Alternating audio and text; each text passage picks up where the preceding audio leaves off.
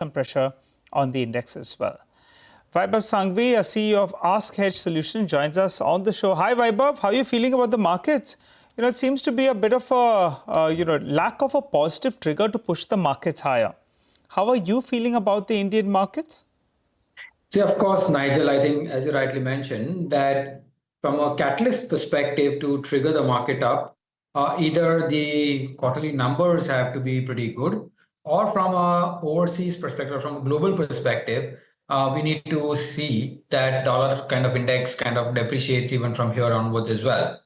But unfortunately, both of them, are not giving that kind of indication at this point in time. So maybe a time for some amount of consolidation on the market is probably on the cards.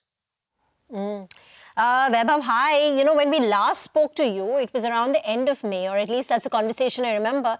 You were slowly, incrementally getting a bit more constructive on IT. You said the earlier call was neutral, but now you're looking at IT. Earnings have been disappointing, right? Whether it's TCS on the top line, HCL Tech's margin contraction. Have you changed your view, or based on the numbers, how is your thesis changing on IT? No, of course, Rima. I think last time around when we spoke, we did mention about saying that let the quarterly numbers come about. And depending upon the commentary, we will see whether to get even more constructive or not. Of course, at that point in time, the view was that from a valuation perspective, from a free cash flow yield perspective, it was appearing pretty good. However, when we see the quarterly numbers and when we see the revenue and the margin trends which have been there, to say the least, we are underwhelmed in that sense.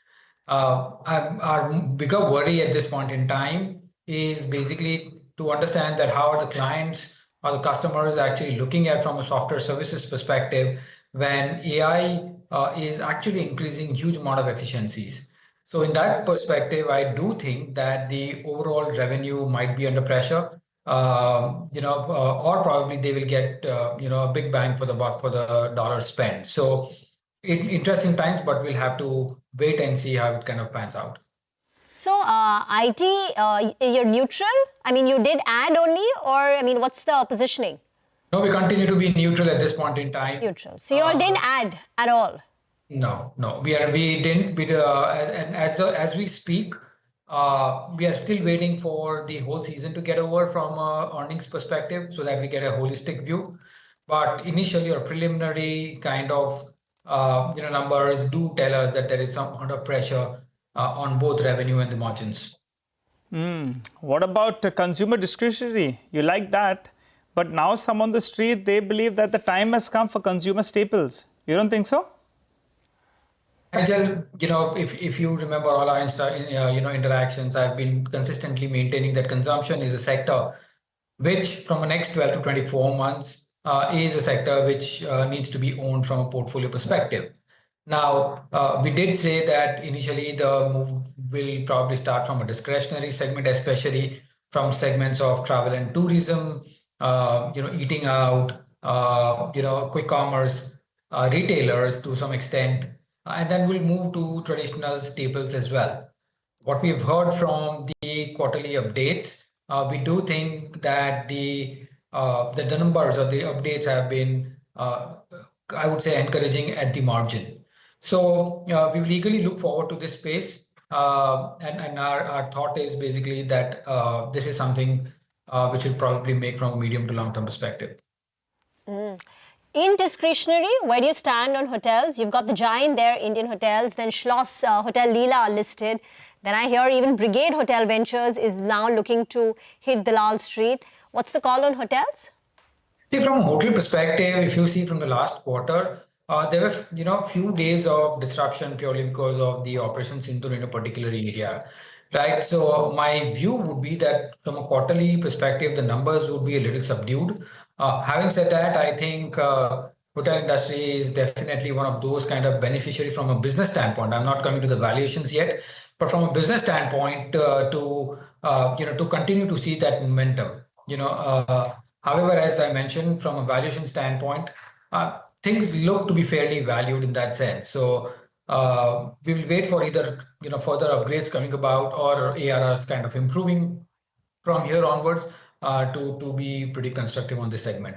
But on an overall basis, it forms part of that consumer discretionary spend as well. So at the margin, we would be positive. How much do you like cement now? You were looking at buying it on the dip earlier. Monsoon, so actually that's sometimes a good time to buy because the stocks get a little bit weakish, pricing as well as weakish. But the positive, I think, in the last 3 months or so is that some price increases have stuck after those price increases just falling through. What do you like? Any sector, specific stock, something you could name? No, of course, I think sector on a per se, I think we've seen good amount of price increase in the last few months. As kind of things kind of problem in terms of monsoons kind of progress, we may see some amount of pressure on the pricing. And to be very honest, cement is a very seasonal sector in terms of price performance. Forget about the business performance, but from a price performance, it's a very seasonal. There's a huge amount of seasonality in their performances. So if you see from April to September or July or August, you will see cement companies on an overall basis do pretty well, and then subsequently kind of starts to taper off, for at least a quarter or so, right? In the hope that, once that, I would say the decrease in prices gets incorporated into the numbers incrementally gets changed. And it's a typical cycle every year it kind of follows.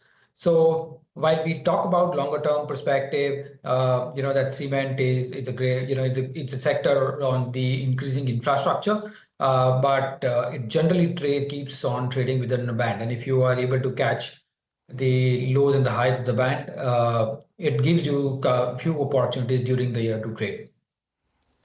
In two-wheelers, Vaibhav, the clear leader over a longer term has been Eicher Motors with its premium offering.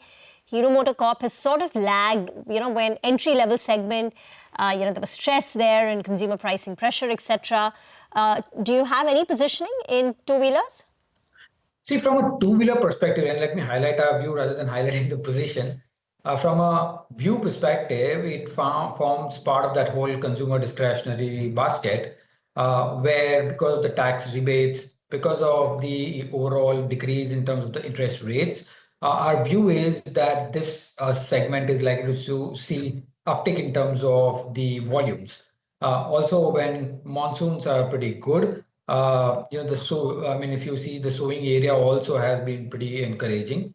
My view is that from a two-wheeler perspective, which are on the cheaper motorbikes in terms of the products, I think they will start to incrementally do better from here onwards as compared to the premium motorcycles as well. So you may, probably want to focus on mass segment at this point in time, and that's where we do see an uptick. So it again forms part of our whole consumption basket as well.